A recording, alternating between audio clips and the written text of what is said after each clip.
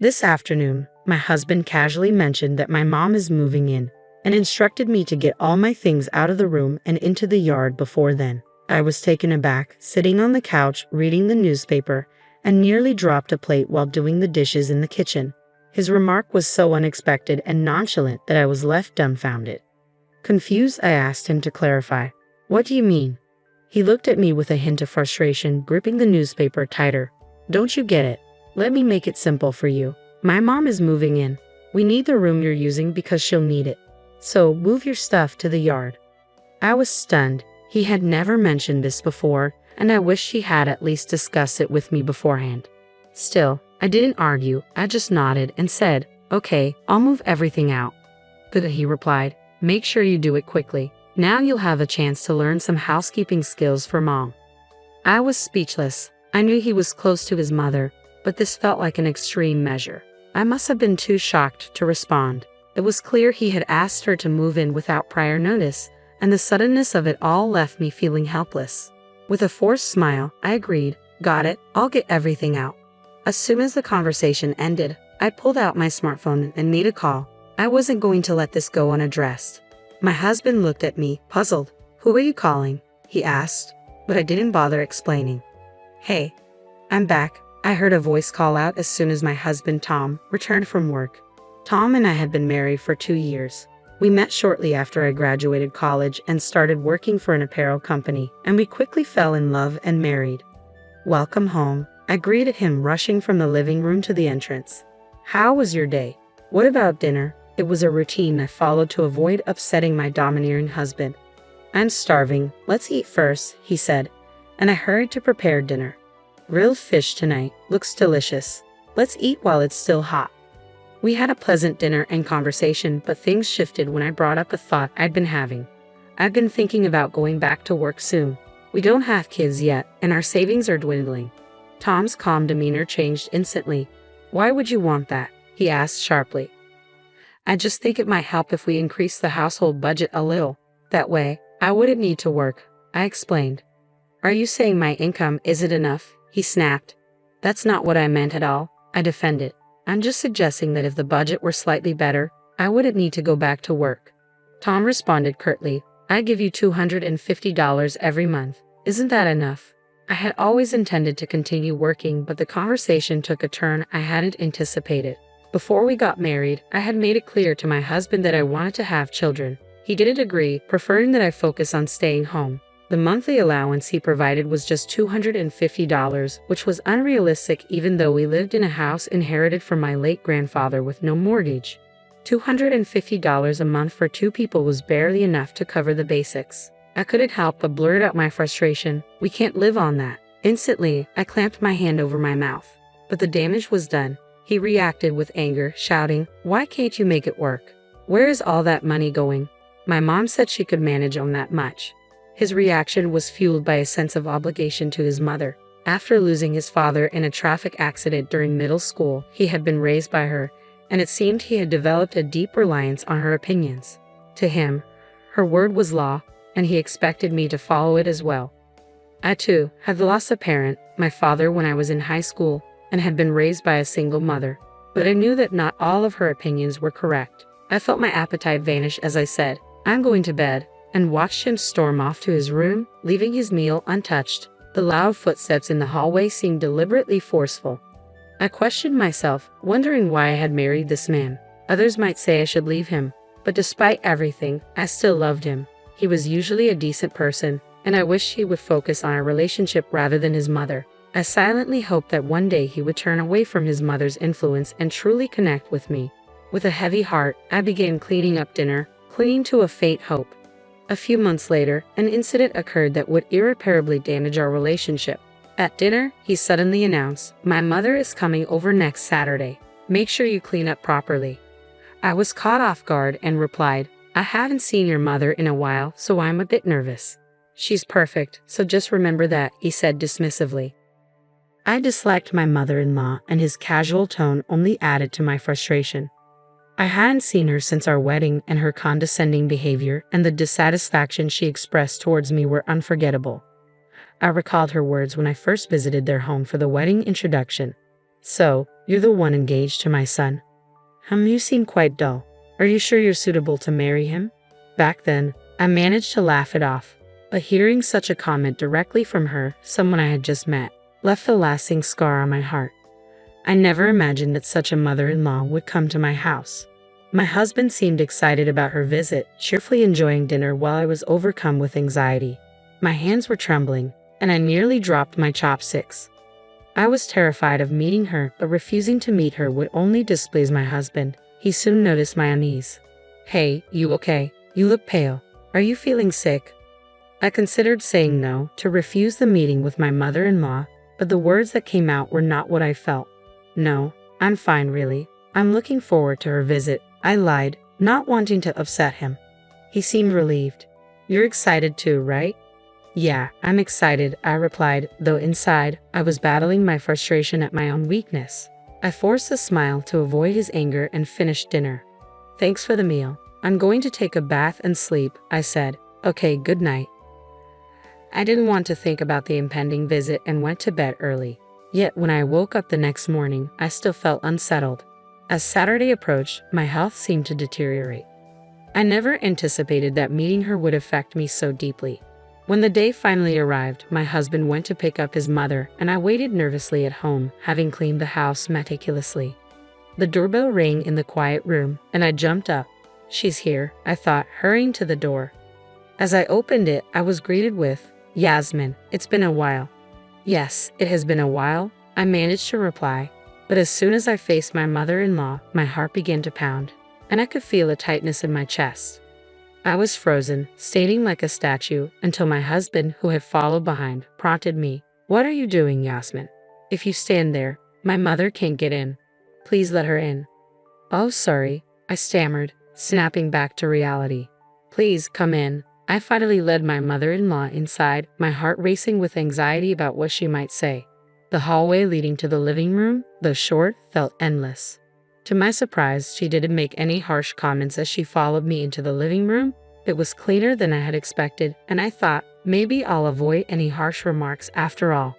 The conversation that followed was more subdued than I anticipated. About 3 hours into her visit, the topic of my husband came up. You know, she said, I was surprised you asked Tom to give you more for living expenses.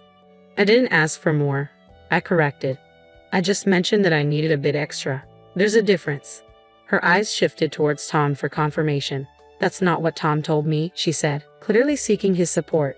We had indeed discussed the issue a few months ago, but I had never demanded anything. Really, Mom, it's terrible, Tom interjected. I've been giving her money every month. I can't believe this. His words hit me like a shockwave. Was he trying to curry favor with his mother? Tom says the same, she continued. You don't even have a mortgage. How much are you getting for living expenses? $250 a month, I said. Even you should understand that's not enough. You've managed a household budget and raised children yourself. You know how difficult it is to live on such a small amount. I was confident she would understand, but her reaction was unexpected. $250? You're getting that much and still asking for more? Where is all the money going?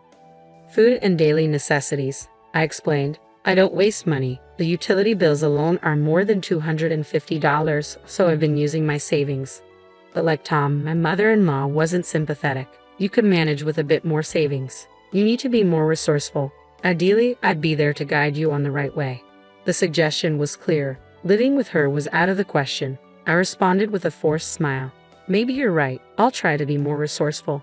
Tom looked oddly pleased. Mom's saying this, so why not live together? She can teach you how to manage finances. No way, I thought. I can't handle any more stress. I'm already walking on eggshells around Tom, and adding my mother-in-law into the mix would be unbearable. I'd rather not. I clearly expressed my refusal to my husband, but his annoyance was evident. What, you're rejecting my suggestion? That's exactly what's wrong with you. Mom's just trying to be kind. Let's drop this, Mom. He said, turning to her. Talking to her is pointless. Let's go. He stood up, and together with my mother-in-law, they left the living room.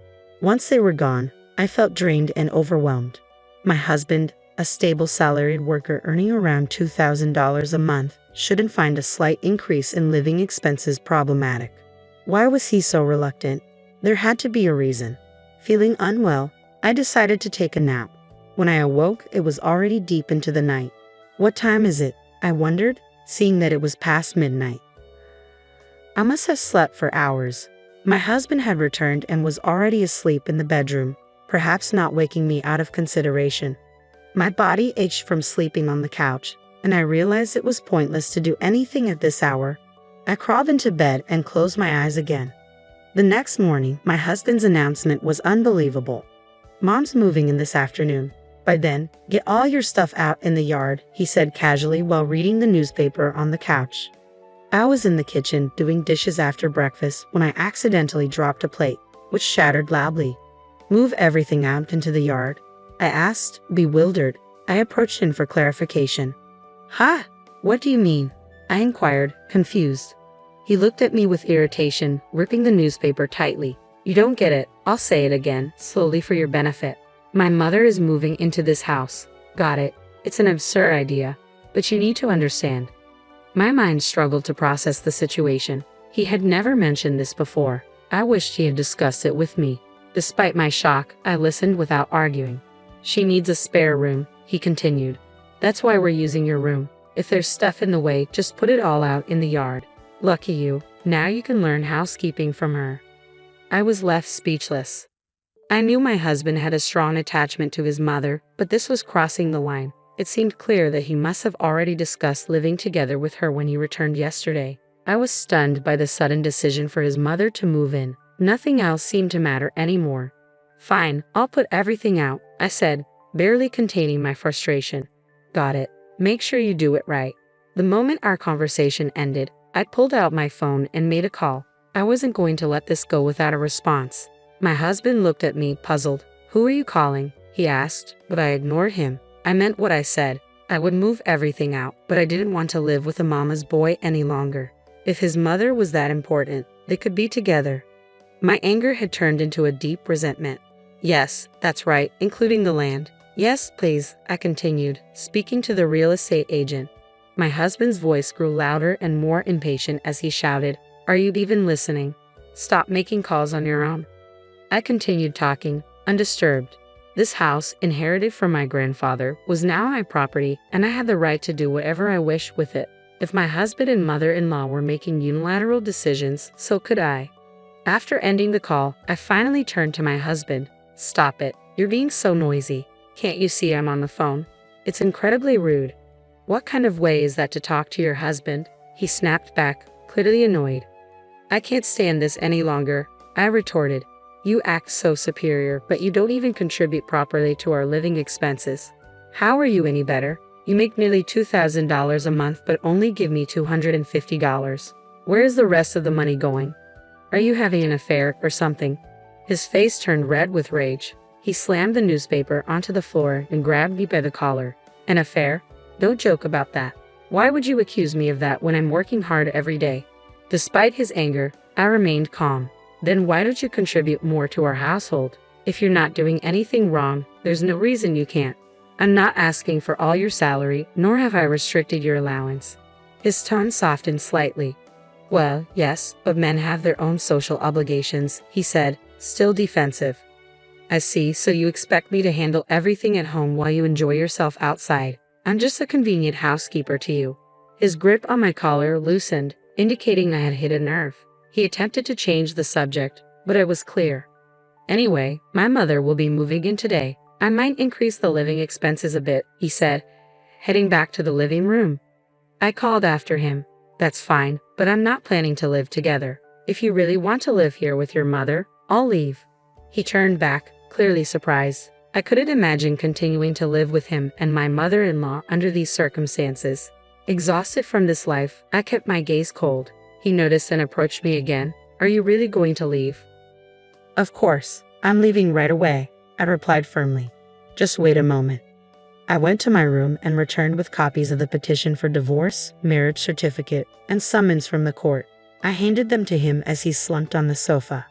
"Here, look at these. Are you sure about this? Don't come back regretting it." "I have no regrets," I said, my voice steady. "Just read it carefully and respond to the court. My determination is firm. I just want to cut ties with this mama's boy as quickly as possible. From now on, I'll leave everything to my lawyer. Well, thank you for everything, I added, preparing to leave with my belongings. There's no alimony, right? I haven't done anything wrong, I asked, making sure. Sure, that works for me, he replied, relieved. To avoid any trouble later, let's agree in writing not to divide any assets. His face softened, clearly relieved not to have to pay alimony. We signed an agreement to forgo any alimony and not to divide any property. This formalized the end of our marriage. An hour later, just as I was about to leave with my packed belongings, my mother-in-law arrived. Where are you going with all that luggage? She asked. I'm leaving this house, I said. Please discuss the details with Tom. I wish you both happiness, I said with a smile, feeling the sense of liberation. The prospect of never seeing them again made my heart lighter. The world outside seemed brighter than ever. It had been a long time since I felt this clear-headed. First, I went to see my lawyer to discuss the next steps, then visited a real estate agent to arrange a new flat. I couldn't move in immediately, so I spent the week in a hotel. I hadn't heard from my ex-husband, and I figured he and his mother were probably settling into their new routine. That was until he called. Speak of the devil, I muttered, answering the phone. He sounded furious.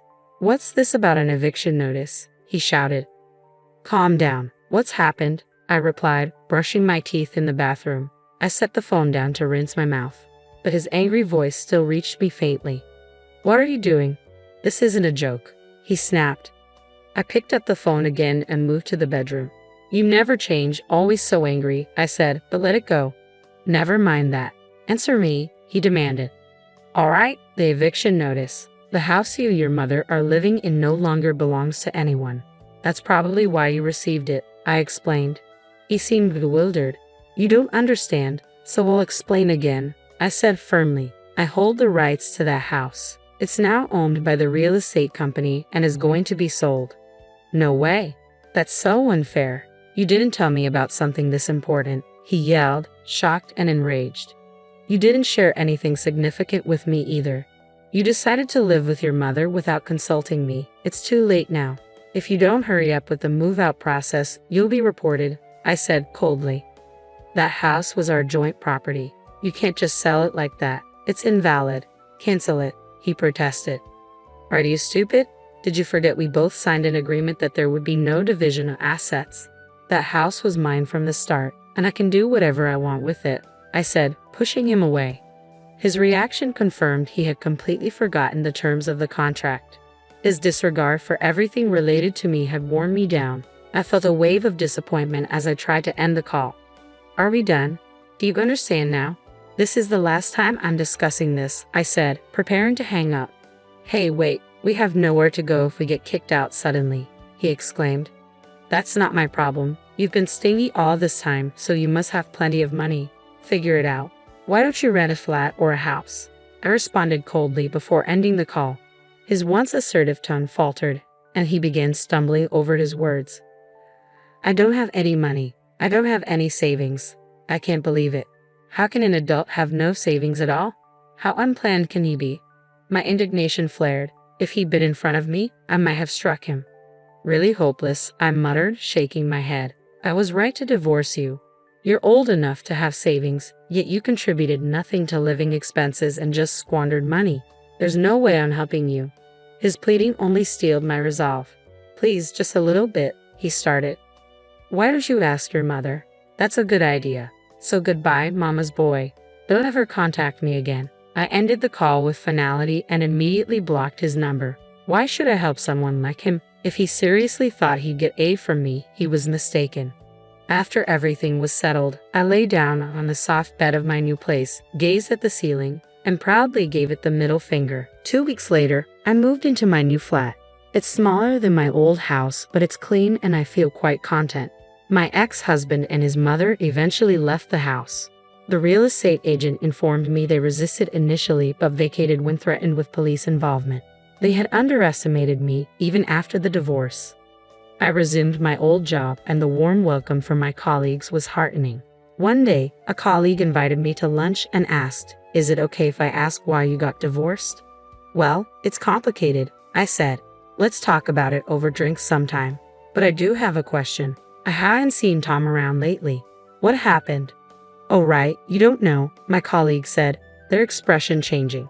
Tom officially resigned due to distress, but the truth is, he was fired for embezzling company funds. It happened around the time you left. Embezzlement? I was stunned. How much did he embezzle? About $220,000, my colleague replied. I was so shocked I stood up, raising my voice. The other diners turned to look at us. Keep it down, my colleague whispered. Sorry, but that's a huge amount. Didn't he get caught? The boss wanted to handle it quietly, they explained. Tom didn't go to the police, but if he doesn't repay the money soon, he might be reported. Those are just rumors, though. The full story isn't clear. As I processed the news, I realized it wasn't entirely surprising given his character. Always concerned with appearances and squandering money on socializing, his downfall was predictable. But it was no longer my concern. I'm still young, and I want to build a new life and find happiness with someone who truly cares for me. After talking with my colleague, my resolve to move forward only strengthened.